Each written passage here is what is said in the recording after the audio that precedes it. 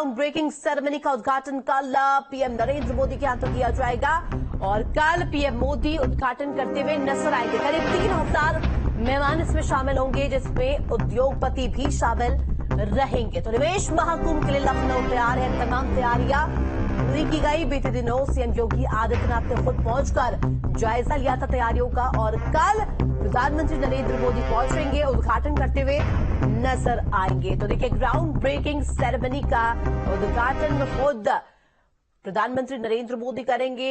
UP में निवेश का महाकुंभ, यूपी सीडा की 3300 परियोजनाएं इसमें शामिल है। साथ ही के साथ आपको बता दें कि अतिरिक्त ऊर्जा स्रोत की 179 परियोजनाएं इसमें शामिल है। साथ ही साथ आईटी और इलेक्ट्रॉनिक्स विभाग की 64, आवास विभाग की 769 परियोजनाएं और इसके अलावा अगर बात करें तो बड़े उद्योगपतियों को न्योता दिया गया है। विवेक लदानी और साथ साथ राजेश अग्रहरी, राजेश मसाला और आपको बता दें कि सचिन अग्रवाल चेयरमैन पीडीसी, इसके साथ साथ विश्वास स्वरूप इंडिया पेस्टिसाइड्स ग्रुप के इन्हें भी न्योता, चक्रेश कुमार जैन पीएनसी इंफ्राटेक के और साथ ही साथ विजय अग्रवाल स्पर्श इंडस्ट्रीज को रिप्रेजेंट करने के लिए पहुंचेंगे।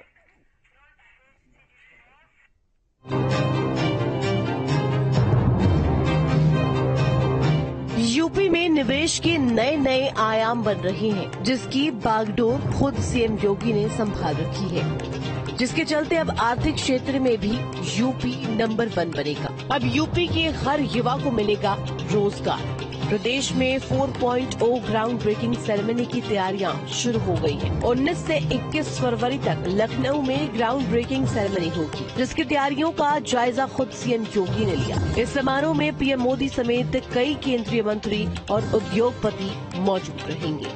ये चौथा मौका है जब प्रदेश में ग्राउंड ब्रेकिंग सेरेमनी का आयोजन हो रहा है। ग्राउंड ब्रेकिंग सेरेमनी में यूपी सरकार जो 10 लाख करोड़ से ज्यादा की निवेश परियोजनाओं का शुभारंभ करने जा रही है, उसमें सरकार के 37 विभागों का योगदान है। इन 37 में 16 विभाग ऐसे हैं जिन्होंने निर्धारित लक्ष्य का 100% या उससे ज्यादा का लक्ष्य हासिल किया है।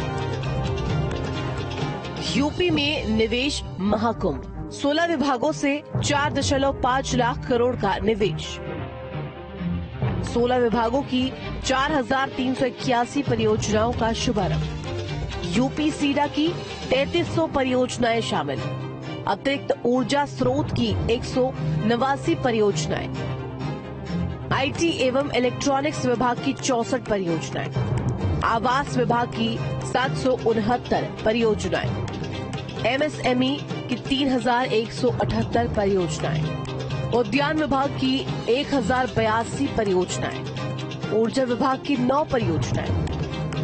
ग्राउंड ब्रेकिंग सेरेमनी का उद्घाटन पीएम मोदी करेंगे, जिसमें कई बड़े उद्योगपति भी शामिल हैं, जिसकी सुरक्षा के लिए भी पुलिस ने विशेष तैयारी की है और सुरक्षा व्यवस्था के मद्देनजर 4300 जवानों की तैनाती की गई है।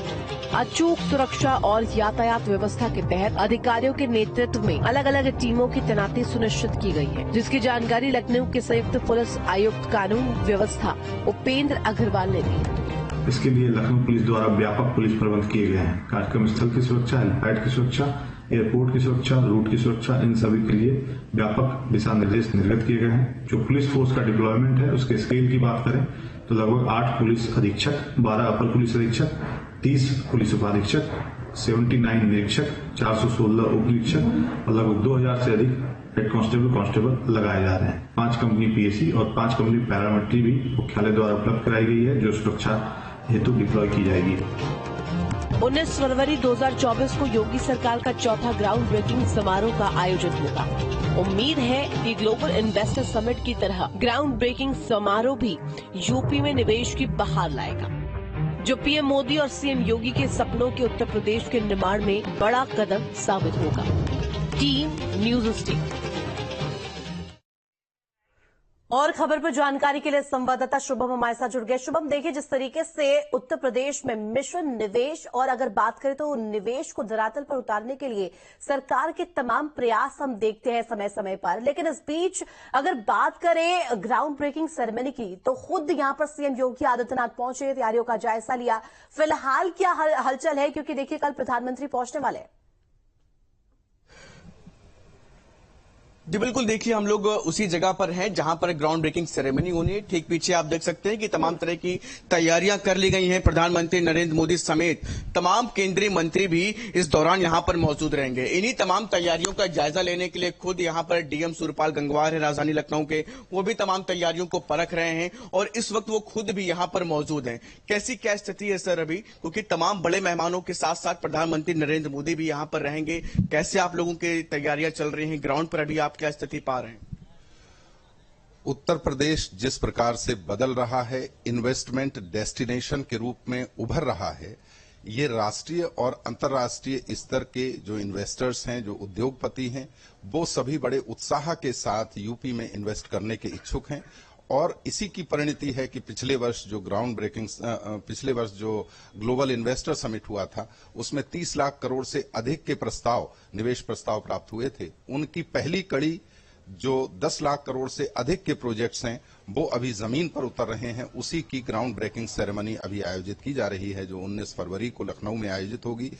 ये एक ऐसा अवसर है जब उत्तर प्रदेश को और विशेष रूप से लखनऊ को हम माननीय मुख्यमंत्री जी के नेतृत्व में, उनके दिशा निर्देशन में क्या माहौल बदला है, इन्वेस्टर फ्रेंडली स्टेट हुआ है, हमने अपनी प्रक्रियाओं को कितना सरल किया है, ये सरलीकरण इस बात से परिलक्षित होता है कि इतनी बड़ी मात्रा में, इतनी बड़ी अमाउंट में इन्वेस्टमेंट प्रपोजल सभी धरातल पर वीवीआईपी मूवमेंट्स भी रहेंगे, उस लिहाज से क्या तैयारी? हाँ, इस अवसर पर राष्ट्रीय और अंतर्राष्ट्रीय स्तर के विशिष्ट अतिथिगण आएंगे यहाँ पर।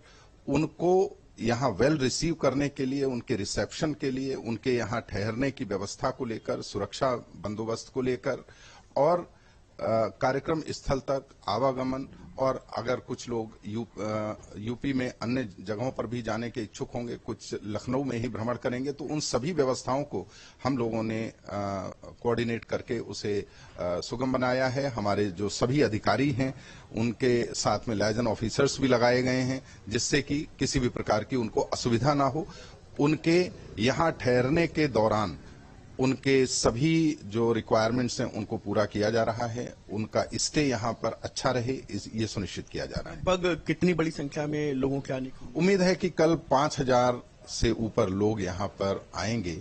उनमें से जो विशिष्ट अतिथिगण हैं, उनके लिए विशेष प्रबंध किए गए हैं, जिससे कि ये पूरा कार्यक्रम सफल तरीके से। तैयारियां पूरी हैं? बिल्कुल तैयार, अंतिम दौर में है तैयारियां, और हम लोग आज तैयारियां पूरी कर लेंगे। तो बिल्कुल, ये थे हमारे साथ डीएम सूर्यपाल गंगवार, जिन्होंने बताया कि पूरी तैयारियां कर ली गई हैं। वीवीआईपी मूवमेंट्स को लेकर के खासतौर से अफसर तैनात किए गए हैं, जो तमाम इन्वेस्टर्स के साथ रहेंगे, उनको तमाम तरह की जानकारियां भी शेयर करते रहेंगे, जिससे कि किसी भी तरह की कोई दिक्कत का सामना न करना पड़े। जिस तरीके से जानकारी मिल रही है कि कहीं ना कहीं सारे फील्ड्स के इसमें उद्योगपति शामिल होंगे, साथ ही साथ हर एक फील्ड, हर एक सेक्टर से यहां पर निवेश लाने की तैयारी की जाएगी। फार्मा हो या बात करें इंफ्रास्ट्रक्चर की या हेल्थ सेक्टर की, सभी का खासा यहां पर ख्याल रखा जाएगा।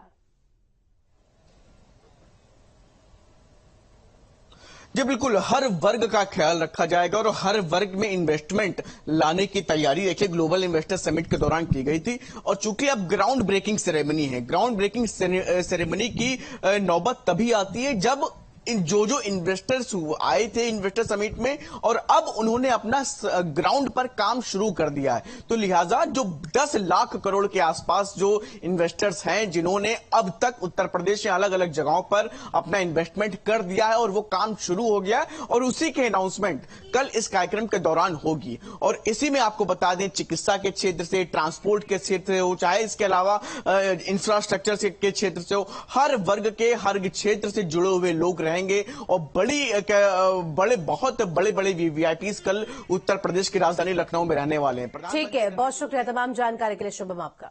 वही कैबिनेट मंत्री जयवीर सिंह का राहुल गांधी पर हमला, राहुल गांधी की न्याय यात्रा का यूपी में कोई असर नहीं, बड़ा बयान यहां पर दिया है कैबिनेट मंत्री जयवीर सिंह ने।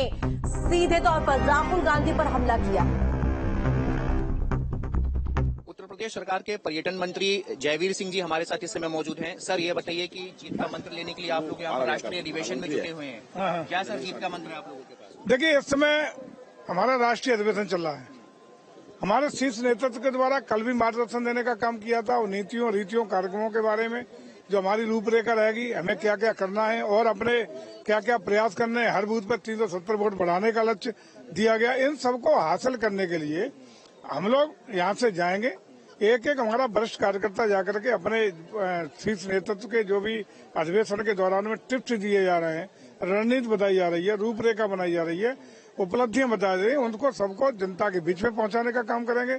उन नीतियों पर मजबूती के साथ जमीनी स्तर पर काम करके और इस लक्ष्य को 370 अकेला कमल खिलेगा और बाकी 400 के पार एनडीए के सहयोगी दलों के साथ हमारा लक्ष्य हम भेद पाएंगे, ऐसा हमें पूरा भरोसा है। और निश्चित रूप से इस लक्ष्य को हासिल करने में इस बार 400 पार जाने में कोई बाधा आने वाली नहीं है। लेकिन राहुल गांधी तो उत्तर प्रदेश में न्याय यात्रा लेकर चल रहे हैं, कह रहे हैं कि कुछ काम नहीं हुआ है, तस्वीरें दिखाइए, रुद्राक्ष पहन रहे हैं, माथे पर तिलक लगा रहे हैं, तो उस चुनौती को आपको देखकर लगता है कि 370 पार हो पाएगी? कि आपको कहीं लगता है कि इस यात्रा का कोई प्रभाव है?